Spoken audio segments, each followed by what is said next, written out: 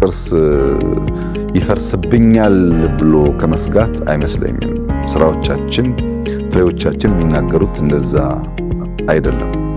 ነገር ግን ሁሉ ነገር ብትሰራም ባትሰራም መቃወምን እንደ ፖለቲካ ለሚያስቡ ሰዎች እንደዚያ ሊሆን ይችላል። ግን የተሰራው ስራ ያንን ምልክት አያሳይም። አሁን አንተ ባሌን ታውቀዋለህ።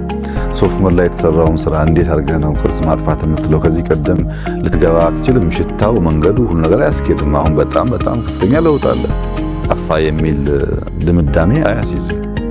ፋሲል ላይ ብዙ ዘመቻ ነበር። ፋሲል 100 ዓመት አልታደሰም። በቁሙ እየወደቀ እየፈረሰ ነበር። ግቢው ያሳዝናል። ማመር መሰራት ይገባው ነበር። ስራውን ጀምረን ቅርስህን ሊያበላሹብህ ነው እነዚህ ሰዎች ምናምን ብለው ቀስቅሰው አደናቅፈው ነበር። መልሰን ህዝባችን ጋር ተወያይተን ጀመር። አሁን ፋሲልን ተመልከት።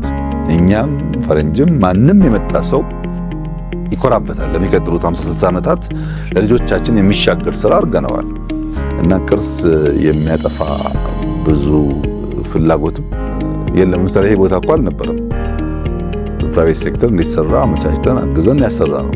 ስለዚህ እንዲጠፋ የሚፈልግ ሰው እንደዚህ ያለውን ነገር አይሰራምና ከስጋት ጀኑን ከሆነ ስጋት ሲመነጭ ሰው ካየ በኋላ አይ እንደዚህ አልመሰለኝም፣ ይሄማ ከሆነ መልካም ነው ብሎ ይቀጥላል።